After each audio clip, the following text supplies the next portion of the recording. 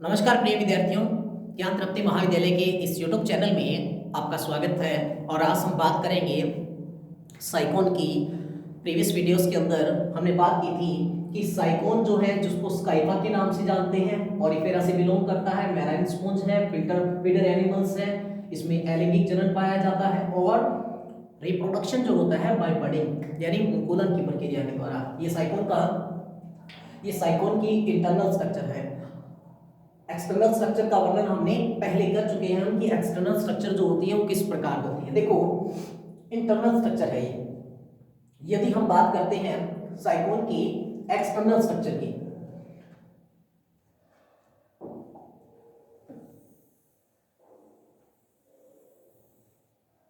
यदि हम साइकोन के एक्सटर्नल स्ट्रक्चर की बात करते हैं तो देखो, ये जो स्ट्रक्चर आपको दिखाई दे रही है, ये जो आपको स्ट्रक्चर दिखाई दे रही है, मैंने आपको बताया था कि इसके अंदर कुछ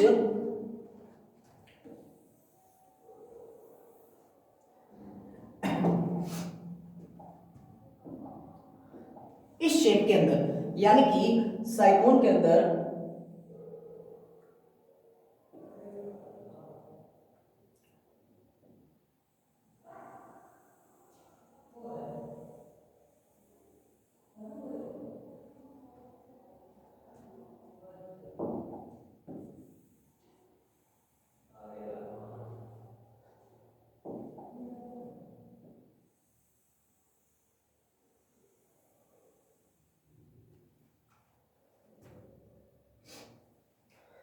ये स्ट्रक्चर आपको दिखाई दे रही है सेम। अब इसके अंदर जो इसकी आउटर स्ट्रक्चर होती है, यानी कि यहां पे इस तरीके से ये जो आपको स्ट्रक्चर दिखाई दे रही है,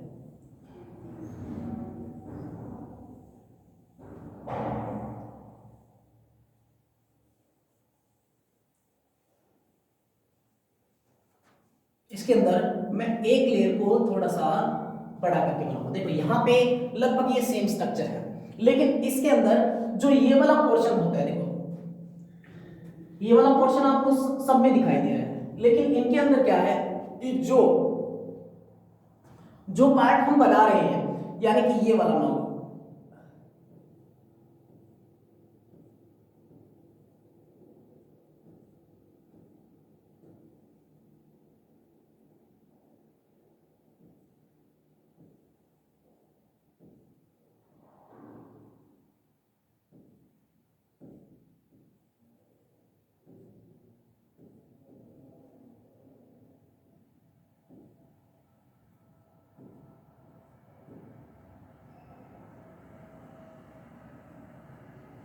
ये कुछ इस तरीके की संरचना आपको दिखाई देगी, जिसके अंदर देखो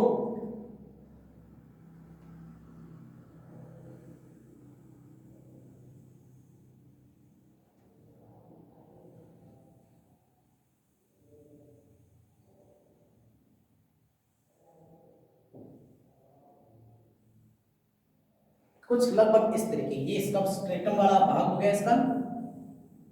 ठीक है, अब देखो मैं इस पार्ट को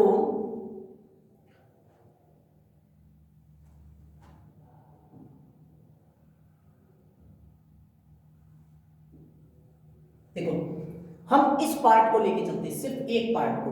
इस एक पार्ट की स्ट्रक्चर जो है वो कुछ इस तरीके की है। देखो, एक, दो, तीन, चार, पांच।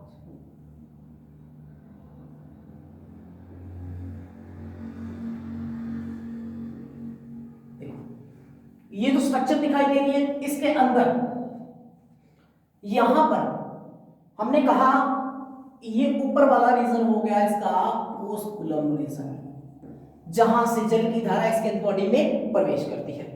ये ऑस्कुलम वाला रीजन है। डर्मल ऑस्टिया, यानी कि यदि हम बात करें तो ऑस्टिया क्या होता है, देखो डर्मल ऑस्टिया यानी इसके अंदर पाए जाने वाले छिद्र। तो सबसे पहला जो है यहां वाला जो भाग है, ये जो रीजन है, ये क्या कहलाता है, ऑस्ट्रिया वाला रीजन। ऑस्ट्रिया आगे जाके किसमें खुलता है, इन करेंट कैनाल के अंदर, यानी जो ये आपको दिखाई दे रही है,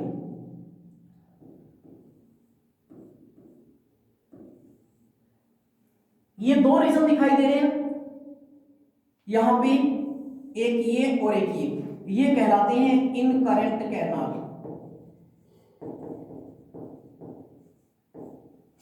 ये क्या कहलाएंगे? Incurrent canal.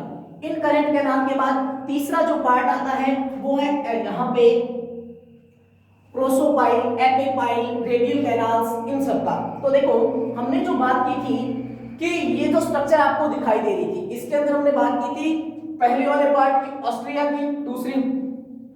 दूसरी बात हमने की थी यहाँ पे कि इसके अंदर हमने पहली बात की थी ऑस्ट्रिया की। मैंने कहा था ये वाले जो है ये है ऑस्ट्रिया वाला भाग, ठीक है। ये ऑस्ट्रिया वाला रीजन हो गया नंबर 1। नंबर 2 इनकरेंट कैनाल, ये वाला रीजन। नंबर 3 प्रोसोपाइल, ये जो आपको छिद्र दिखाई दे रहे हैं यहां पे, ये वाला। इसके अलावा जो ये वाले छिद्र हैं, ये वाले जो छिद्र हैं, ये क्या कहलाते हैं? ये यहां पे कहलाएंगे प्रोसोपाइल।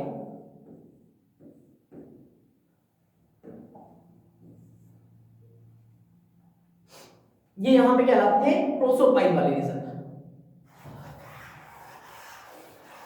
अब देखो हम बात करते हैं कि जो हमने 3 टॉपिक किए थे कल, इनकरेंट कैनाल के बारे में हमने बात की थी।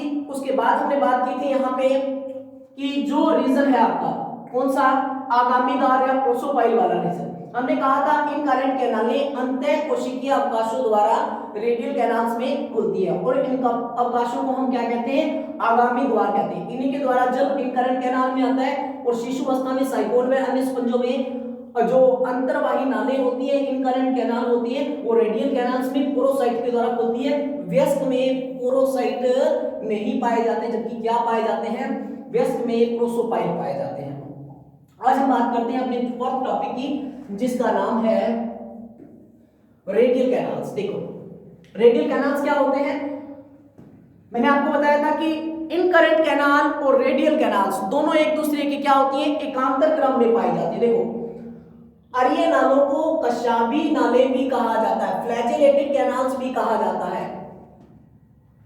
इनका निर्माण शरीर भित्ति के बहिर्गलित होने से होता है। अंतर्वाही नाले व रेडियल कैनाल्स परस्पर समांतर और एकांतरित क्रम में इस प्रकार से व्यवस्थित होती है कि प्रत्येक अंत्य कैनाल, इनकरेंट कैनाल चारों ओर से रेडियल कैनाल से, और प्रत्येक रेडियल कैनाल चारों ओर से इनकरेंट कैनाल से घिरी रहती है। यानी कि रेडियल कैनाल्स और यदि हम बात करें इनकरेंट कैनाल, ये दोनों एक दूसरे के एकांतर क्रम में होती है, और दोनों ही एक दूसरे को क्या है? कवर करके रखती हैं। रेडियल कैनाल्स कशाबित होती है, इसमें मतलब फ्लैजेलम पाया जाता है, जिसमें कोएनोसाइट से आश्रित होती रहती है।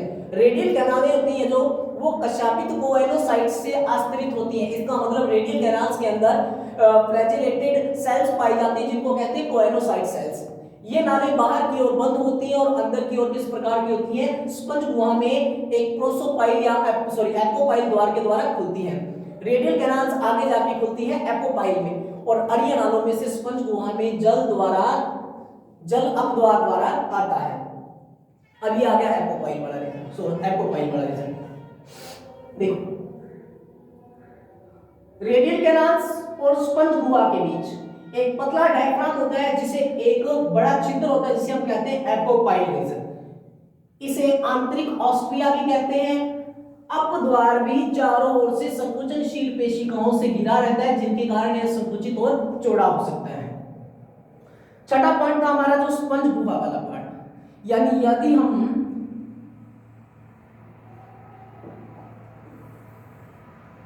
हम स्ट्रक्चर बनाए कुछ इस तरीके की,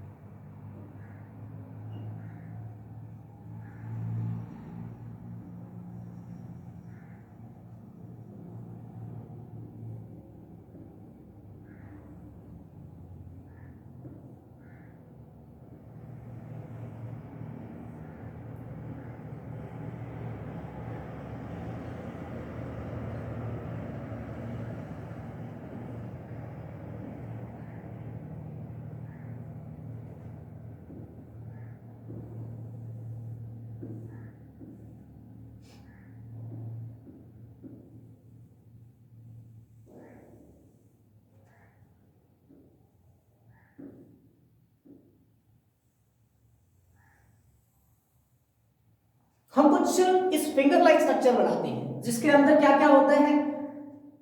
ये जो पार्ट कहलाता है ये है स्पोंजोसील, स्पोंजोसील, ठीक है। ये जो रीजन है ये कौन सा रीजन है, स्पोंजोसील वाला रीजन, जहां से जल की धारा इनकी बॉडी में प्रवेश करती है, यानी ये वाला जो पार्ट है ये है ऑस्ट्रिया वाला रीजन। ये जो अंदर की तरफ भाग बना हुआ है इसे हम कहते हैं incurrent canal, incurrent canal. Incurrent canal आगे जाके खुलती है, यहां पे हम जानते हैं इनकरेंट कैनाल जो है वो इस द्वार के माध्यम से, ये देखो आपको दो डॉट लाइक स्ट्रक्चर यानी एक लाइन, पूरी लाइन के बीच में गैप है, इसको बोलते हैं प्रोसोपाइल, प्रोसोपाइल। प्रोसोपाइल आगे जाके खुलती है इस कैनाल के अंदर जिसको हम कहते हैं रेडियल कैनाल।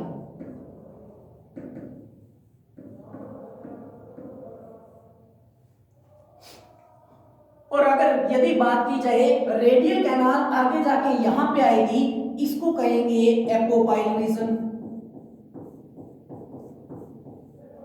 और एपोपाइल आगे जाके किसमें खुलेगा, ये जो मिड वाला पार्ट है जिसको हम क्या कह रहे हैं, स्पोंजोसील।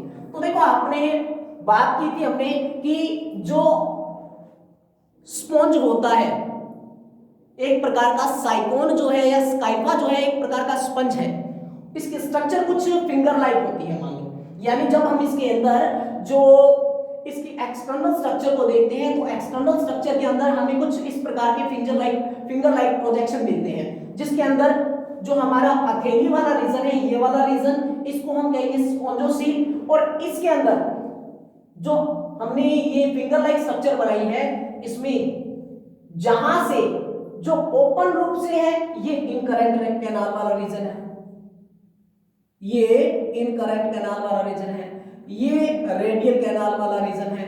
इनकरेंट कैनाल और रेडियल कैनाल के मिड में जो पाया जाता है वो है प्रोसोपाइल रीजन, ठीक है। रेडियल कैनाल से आगे का रीजन है वो कहलाएगा एपोपाइल। तो ये रीजन होते हैं देखो, और यहां पे ये जो है ये ऊपर वाला रीजन कहलाएगा ऑस्ट्रिया। तो देखो यदि हम बात करें अपद्वार या एपोपाइल की, देखो एपोपाइल कौन सा रीजन है, एपोपाइल ये वाला रीजन है, ये वाला रीजन है, ये वाला रीजन है, ये वाला रीजन है, ये वाला रीजन है। देखो और ये नाल में यानी रेडियल कैनाल और स्पंज गुहा के बीच में एक पतला डायफ्राम होता है। देखो रेडियल कैनाल कहां है, ये रही, ये रेडियल कैनाल है। रेडियल कैनाल और स्पंज गुहा ये वाले, ये इसकी स्पोंजोसील कैविटी या स्पंज गुहा जो है, रेडियल कैनाल्स और स्पंज गुहा के बीच में यानी यहां पे एक पतला डायफ्राम होता है जिसमें एक बड़ा छिद्र होता है, यहां पे एक छिद्र पाया जाता है जिसे एपोपाइल कहते हैं। इसे आंतरिक ऑस्ट्रिया भी कहा जाता है, इसे क्या कहते हैं, इंटरनल, एपोपाइल को कहते हैं इंटरनल ऑस्ट्रिया, इंटरनल ऑस्ट्रिया। इसे हम क्या कहते हैं, इंटरनल ऑस्ट्रिया भी कहते हैं। देखो अपद्वार की चारों तरफ से संकुचनशील पेशी कोशिकाओं से घिरा होता है, यानी कि यहां पे कुछ मसल्स पाई जाती हैं इस रीजन में जो कि क्या करती है, इसको संकुचित करने का कार्य करती हैं, अर्थात यह इनको संकुचित भी कर सकती है और चौड़ा भी कर सकती है इस चित्र को। लास्ट आता है हमारा स्पोंजोसील या स्पंज गुहा। रेडियल कैनाल्स साइकोन में शरीर की केंद्रीय गुहिका में खुलती है। जो रेडियल कैनाल्स होती है, रेडियल कैनाल्स जो है शरीर में, शरीर की केंद्रीय गुहा के अंदर खुलती है जिसे स्पंज गुहा कहा जाता है, या फिर हम ये कहें रेडियल कैनाल्स एपोपाइल से होते हुए, रेडियल कैनाल्स एपोपाइल से होते हुए जिस केंद्रीय गुहा में खुलती है उसे हम क्या कहते हैं, स्पंज गुहा कहते हैं। स्पंज गुहा पिनेकोसाइट से आश्रित होती है, इसका मतलब है कि स्पोंजोसील कैविटी में कौन सी सेल्स पाई जाती हैं? Pinacocyte cells. यहां पे कौन सी सेल्स पाई जाएंगी? Pinacocyte cells. हम बात करेंगे अभी पिनेकोसाइट सेल्स क्या होती हैं। और आगे जो कि यह एक संकरी गुहा होती है और बाहर ओस्कुलम द्वारा खुलती है। स्पोंजोसील आगे जाके किसमें खुलेगी? ओस्कुलम में। और ओस्कुलम के बारे में हम जानते हैं, ओस्कुलम साइकोन में वह स्थान होता है जहां से क्या होता है, जो अपशिष्ट पदार्थ है या जो भी एक्स्ट्रा वाटर की जो मात्रा होती है उसको शरीर से बाहर निकाला जाता है। देखो साइकोन में स्पंज गुहा शिखरस्थ छिद्र द्वारा बाहर खुलती है। शिखरस्थ का मतलब ऊपरी छिद्र द्वारा बाहर खुलती है, जिसे ओस्कुलम कहते हैं। ठीक है, तो यहां पे हमने बात की इनकी कि क्या कुछ प्रोसेस होती है इनके अंदर। अब हम कैनाल सिस्टम के अंदर देखो एक डायग्राम को लेके चलते हैं, जिसके अंदर देखो जल धारा अंदर की ओर किसके माध्यम से? ऑस्ट्रिया से। किसमें जाएगी? इन करंट कैनाल में, अंतर्वाही नालों में। इन करंट कैनाल आगे जाके किसमें खुलेगी? रेडियल कैनाल में। किसके माध्यम से? आगामी द्वार का मतलब है प्रोसोपाइल से। किससे? प्रोसोपाइल से। ठीक है, आगामी द्वार का मतलब है प्रोसोपाइल से। अब radial canals spongocoel cavity, sponge गुहा का मतलब है स्पोंजोसील कैविटी, स्पोंजोसील में खुलेगी।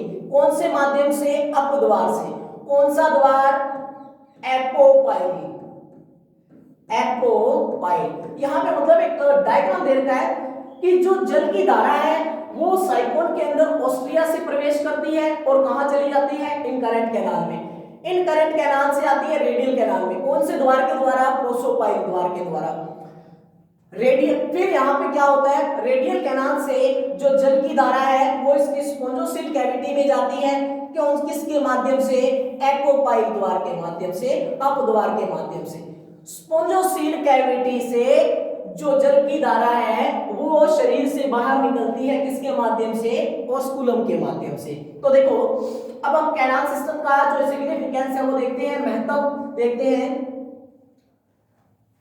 देखो सबसे पहला महत्व, साइकोन नाल तंत्र से बाहर की, साइकोन के अंदर कैनाल सिस्टम से बाहर की जल धारा से ऑक्सीजन ग्रहण करता है। साइकोन जो होता है वो नाल तंत्र से बाहर ही जल, यानी सीधी सी बात है साइकोन के अंदर जल की धारा के साथ ही ऑक्सीजन ग्रहण की जाती है और कार्बन डाइऑक्साइड को शरीर से बाहर निकाल दिया जाता है। यानी जल की धारा जो इसके बॉडी में एंटर करती है उसी के साथ ये ऑक्सीजन प्राप्त करता है और कार्बन डाइऑक्साइड को उसमें शरीर से बाहर निकाल देता है। जल धारा के साथ आ रहे भोजन के कणों को ये क्या करता है? ग्रहण करता है।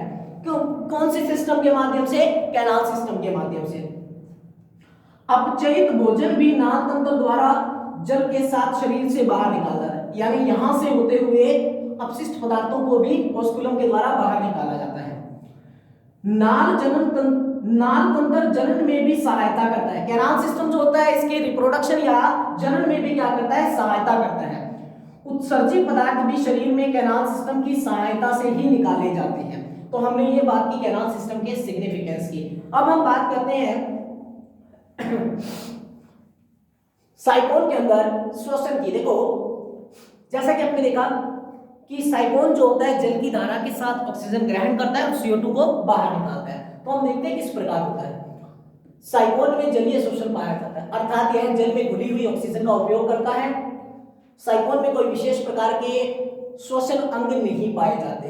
शरीर की सामान्य सतह जो होती है, सामान्य सरफेस जो होती है वो ही श्वसन अंग का कार्य करती है। शरीर के अंदर प्रवेश कर रहे जल तथा साइकोन की कोशिकाओं के मध्य सरल विसरण यानी डिफ्यूजन की प्रोसेस के द्वारा गैसों का क्या होता है? विनिमय होता है, एक्सचेंज होता है।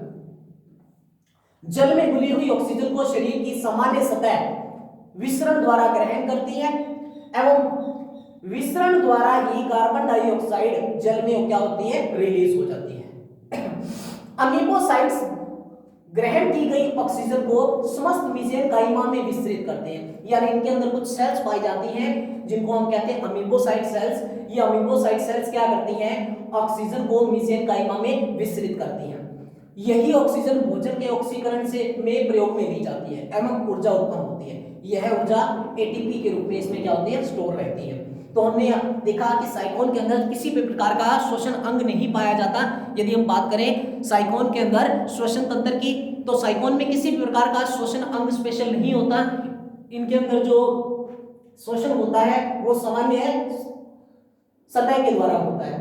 शरीर में घुली हुई ऑक्सीजन को ये ग्रहण करता है और इसी के अंदर कार्बन डाइऑक्साइड को रिलीज कर देता है। नेक्स्ट देखो उत्सर्जन। साइकोन एक अमोनोटेलिक प्राणी है। जैसा कि अपने जानते हैं मानव एक यूरियोटेलिक प्राणी है, अर्थात यूरिया का उत्सर्जन करता है। और जलीय प्राणी जितने भी होते हैं वो किस प्रकार के होते हैं, अमोनोटेलिक होते हैं, यानी कि वो अपने उत्सर्जी पदार्थों के रूप में किसका त्याग करते हैं, अमोनिया का। तो हम ये कह सकते हैं साइकोन जो होता है वो क्या करता है, जल के अंदर किसको रिलीज करता है, अमोनिया को रिलीज करता है। देखो साइकोन एक अमोनोटेलिक प्राणी होता है, अर्थात इनमें उत्सर्जी पदार्थ क्या होता है, अमोनिया। इनमें उत्सर्जन के लिए कोई विशेष अंग नहीं पाया जाता।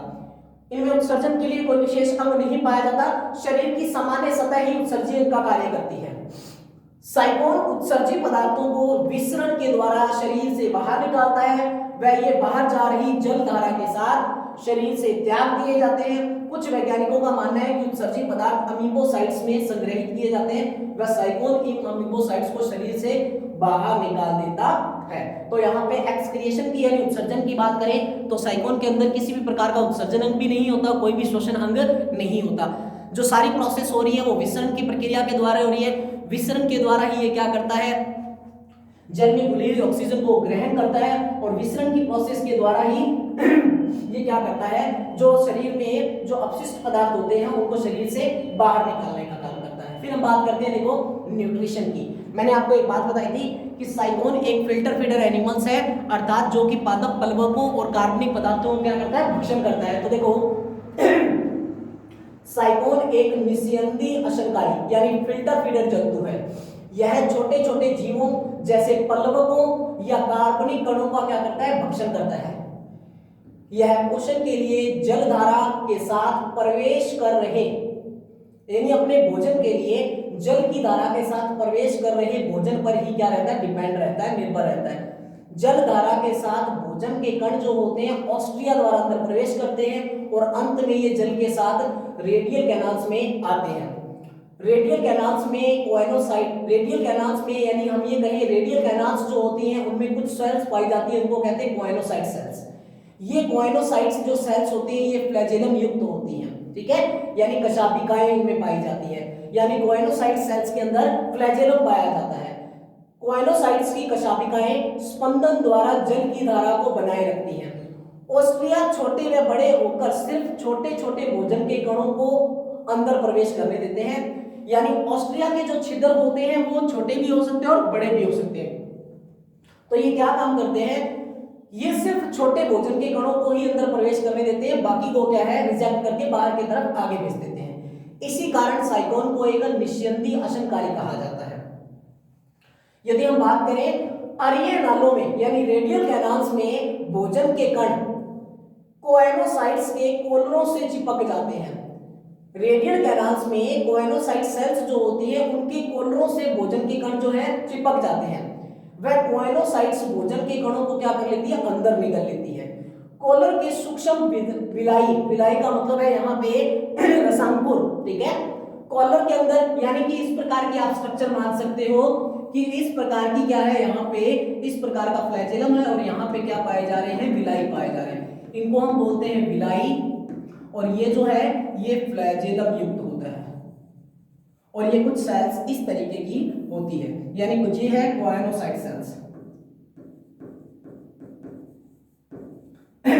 भोजन के कण जो है वो यहाँ से इनके चिपक जाते हैं और यहाँ से अंदर की तरफ मूव करते हैं। देखो कोलर के सूक्ष्म कण विलाई या जो माइक्रो जिसको हम बोलते हैं रसांकुर, विलाई को हम क्या बोलते हैं, रसांकुर।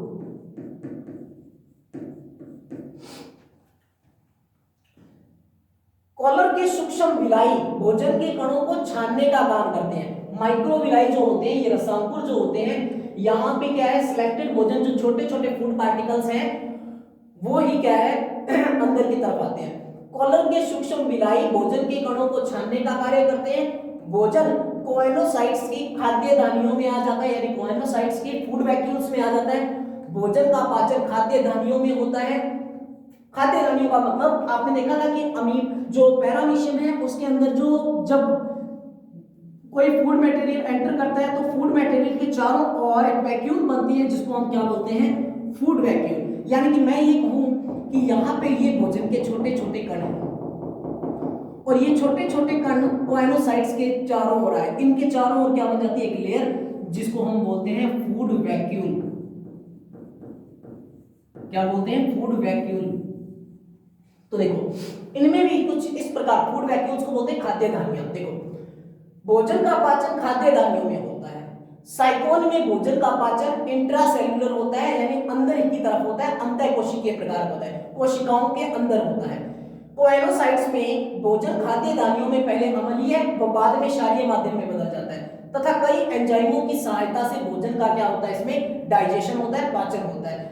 आंशिक रूप से पचित भोजन मीसेनकाइमा में उपस्थित अमीबोसाइट्स में आता है। यहाँ भोजन का पूर्ण पाचन होता है। अपचयित भोजन जल धारा के साथ शरीर से बाहर निकाल दिया जाता है और अमीबोसाइट्स जो होती हैं वो पचित भोजन को शरीर के समस्त भागों में पहुंचाने का कार्य करती हैं। तो आपको इसमें एक क्वेश्चन पूछा जाता है कि साइकोन के अंदर जो भोजन का जो संपूर्ण पाचन होता है उसमें जो पचित भोज्य पदार्थ होते हैं उसको शरीर के विभिन्न भागों तक पहुंचाने का कार्य कौन सी सेल्स के द्वारा किया जाता है, तो कौन सी सेल्स के द्वारा, अमीबोसाइट सेल्स के द्वारा। और यदि बात की जाए तो भोजन को जो अंदर की तरफ ग्रहण करने का काम या उसके चारों तरफ वैक्यूल या खाद्य धानियां बनाने का काम जो किया जाता है वो किसके द्वारा किया जाता है, कोएनोसाइट सेल्स के द्वारा। अब देखो पचा हुआ भोजन कई रूपों में अमीबोसाइट्स के रूप में स्टोरेज रहता है, संचित रहता है। संचित भोजन से बने अमीबोसाइट्स को थीसोसाइट्स भी कहा जाता है। मोस्ट इंपॉर्टेंट, थीसोसाइट्स क्या है, तो देखो संचित भोजन से भरे जो अमीबोसाइट्स होते हैं उनको क्या कहा जाता है, थीसोसाइट्स कहा जाता है। तो ये हमने बात की कि साइकोन के अंदर जो न्यूट्रिशन है या पोषण की जो प्रक्रिया होती है वो किस प्रकार होती है। नेक्स्ट देखो आपको यहाँ पे पिनेकोसाइट सेल्स देखने को मिल रही है और कोएनोसाइट सेल्स देखने को मिल रही है। कोएनोसाइट सेल्स इस तरीके की कुछ होती है जिसमें फ्लैजिलम पाया जाता है और कॉलर पाई जाती है ऊपर की तरफ। यहाँ पे ये इसका न्यूक्लियस है और ये छोटे छोटे जो दिखाई दे रही है फूड पार्टिकल्स। हमने यहाँ पे बात की देखो कि सबसे पहले हम बात करते हैं पिनेकोसाइट्स की। पिनेकोडर्म पिनेकोसाइट से बनी होती है। पिनेकोडर्म जो होती है वो किससे मिलकर बनी होती है, पिनेकोसाइट से बनी होती है। ये कोशिकाएं बड़ी होती हैं, चपटी बहुभुजीय होती हैं तथा इनके मध्य में एक उभरा हुआ भाग पाया जाता है। देखो कहां पे उभरा हुआ भाग पाया जाता है, ये दिखाई दे रहा है आपको, ये है उभरा हुआ भाग। ये उभरा हुआ भाग क्या है, पिनेकोसाइट सेल्स का है। ठीक है, देखो इनके मध्य में एक उभरा हुआ भाग पाया जाता है जिसमें केंद्रक स्थित होता है। मिड में क्या है, केंद्रक पाया जाता है। पिनेकोसाइट्स के किनारे एक दूसरे से जुड़े होते हैं। देखो ये इसके साथ जुड़ा हुआ है, ये इसके साथ आगे से आगे ये एक दूसरे के साथ क्या होते हैं, जुड़े होते हैं। पिनेकोसाइट्स के किनारे एक दूसरे से जुड़े रहते हैं। पिनेकोसाइट्स में संकुचन की क्षमता होती है, मतलब इनके अंदर संकुचित होने की क्षमता होती है। साइकोन का शरीर इनके कारण ही छोटा और बड़ा होता है, यानी साइकोन के अंदर अपने शरीर को छोटा और बड़ा करने की जो क्षमता पाई जाती है वो कौन सी सेल्स के द्वारा की जाती है, पिनेकोसाइट सेल्स के द्वारा। अंतर्वाही नालों यानी इन करंट कैनाल के कुछ पिनेकोसाइट्स रूपांतरित होकर छिद्रमयी कोशिकाएं बनाती है जिन्हें कहते हैं पोरोसाइट्स। क्या कहते हैं, पोरोसाइट्स। यानी इन करंट कैनाल के ही कुछ पिनेकोसाइट सेल्स रूपांतरित होकर एक छिद्र बनाते हैं जिनको कहते हैं पोरोसाइट्स। ये कोशिकाएं पतली भित्ति वाली होती हैं एवं इनके दोनों सिरे कैसे होते हैं, खुले होते हैं। देखो ये है पोरोसाइट्स। हमने कहा कि इन करंट कैनाल के अंदर कुछ पिनेकोसाइट सेल्स पाई जाती हैं जो कि क्या होती हैं, रूपांतरित होकर एक छिद्र में या छिद्र कोशिकाएं बनाती हैं जिनको कहते हैं पोरोसाइट्स। इनके अंदर देखो ये पोरोसाइट्स है। ये कोशिकाएं जो होती हैं पतली भित्ति वाली होती हैं और इनके दोनों सिरे खुले होते हैं, यहां से भी ओपन है, यहां से भी ओपन है। केंद्रक परिधीय कोशिका द्रव्य में स्थित होता है। केंद्रक यहाँ पे इनके साइटोप्लाज्म में ये रहा केंद्रक, ठीक है। और वयस्क साइकोन में छिद्र कोशिकाएं नहीं पाई जाती। ओस्कुलम, ऑस्ट्रिया और अपद्वारों के चारों ओर पिनेकोसाइट सेल्स पाई जाती हैं और मायोसाइट्स के समान कार्य करती है। किसके समान काम करती है ये? मायोसाइट्स। मायोसाइट्स की अगर यदि बात करें तो ये मायोसाइट्स है। ये क्या है? Myocyte sales. कॉन्ट्रैक्टाइल सेल्स, देखो कॉन्ट्रैक्टाइल सेल्स, देखो ये कोशिकाएं संकुचनशील हो जाती हैं। मतलब कि जो मायोसाइट सेल्स होती है वो क्या होती है? उनमें भी क्या होती है? संकुचन की क्षमता होती है। इन छिद्रों को छोटा या बड़ा करके जल इनमें से क्या है? प्रवेश करके, यानी ये अपने इन छिद्रों को छोटा या बड़ा करके जल के प्रवेश को नियंत्रित करती हैं। तो यहाँ पे हमने बात की पिनेकोसाइट्स की, मायोसाइट्स की और पोरोसाइट्स की। दूसरा देखो कोएनोसाइट सेल्स। कोएनोसाइट्स ये रही कोएनोसाइट्स। जठर स्तरीय या एंडोडर्म रेडियल कैनाल्स का अस्तर बनाती है। जठर स्तरीय या एंडोडर्म यानी इनके अंदर जो लेयर्स पाई जाती हैं वो एंडोडर्म जो लेयर होती है वो किसका निर्माण करती है? रेडियल कैनाल्स का फॉर्मेशन करती है। यह बड़े कशापित ये रहा कशाप पाया जाता है। यह बड़े कशापित कॉलर कोएनोसाइट्स कोशिकाओं से बनी होती है, अतः इसे कोएनोडर्म्स भी कहते हैं। कोएनोसाइट कोशिकाएं सिर्फ पोलिसेरा संघ में पाई जाती है। कोएनोसाइट्स कोशिकाएं गोल या अंडाकार कोशिकाएं होती हैं। ये किस प्रकार? ओवम शेप्ड होती हैं। वह इनके आधार भाग मेसेनकाइमा पर टिके होते हैं। ये कोशिकाएं ढीले से स्तर के रूप में विन्यासित रहती हैं। इनके मुक्त सिरों पर एक पारदर्शक संकुचनशील कॉलर पाया जाता है। बेटा ये है कॉलर, ये क्या है? कॉलर वाला भाग, ठीक है। जो एक अकेले लंबे कशाप के आधार को घेरे रहता है। ये कॉलर वाला रीजन किसको घेरे रहता है? एक कशाप को इस तरीके से घेरे रहता है। प्रत्येक कोशिका में एक केंद्रक, एक या दो संकुचनशील धानियां, एक केंद्रक और यहाँ पे जो ये है ये फूड वैक्यूम्स होती हैं इस तरीके की, ठीक है। एक या दो संकुचनशील धानियां, खाद्य धानियां, संचित भोजन में केंद्रक होते हैं। केंद्रक यहाँ पे आप देखो काइनेटोसोम। आपको पता है फ्लैजेलम की उत्पत्ति किससे होती है? ब्लेफेरोप्लास्ट से और काइनेटोप्लास्ट से। काइनेटोप्लास्ट से वर्ड बना है क्या? काइनेटोसोम। केंद्रक काय से एक लंबा चाकू के समान कशाप निकला रहता है। यहां से एक कशाप निकल गया। केंद्रक काय एक सेंट्रियोल से जुड़ा होता है। यहाँ पे एक सेंट्रियोल भी पाया जाता है तथा इन दोनों को मिलाकर ब्लेफेरोप्लास्ट कहते हैं। ये कशाप की गतियों को नियंत्रित करता है। इसके पीछे एक बेसल पैराबेसल पिंड होता है जो एक तंतु द्वारा ब्लेफेरोप्लास्ट केंद्रक से जुड़ा रहता है। कशाप में दो केंद्रीय तंतुक तथा दो दोहरे परिधीय तंतुक होते हैं। फ्लैजेलम की यदि स्ट्रक्चर की बात की जाए तो फ्लैजेलम की स्ट्रक्चर कुछ इस प्रकार की होती है जिसमें इस तरीके से 9 परिधीय तंतुक पाए जाते हैं। टोटल इनकी संख्या होती है 9 और 2 बीच में पाए जाते हैं इस तरीके से। ये होते हैं परिधीय तंतुक। कशाप की यदि अनुप्रस्थ काट की स्ट्रक्चर का अध्ययन किया जाता है और ये है केंद्रीय तंतुक। ये क्या है? केंद्रीय तंतुक। देखो 9+2 स्ट्रक्चर, 9 बाहर की तरफ और 2 अंदर की तरफ, ठीक है।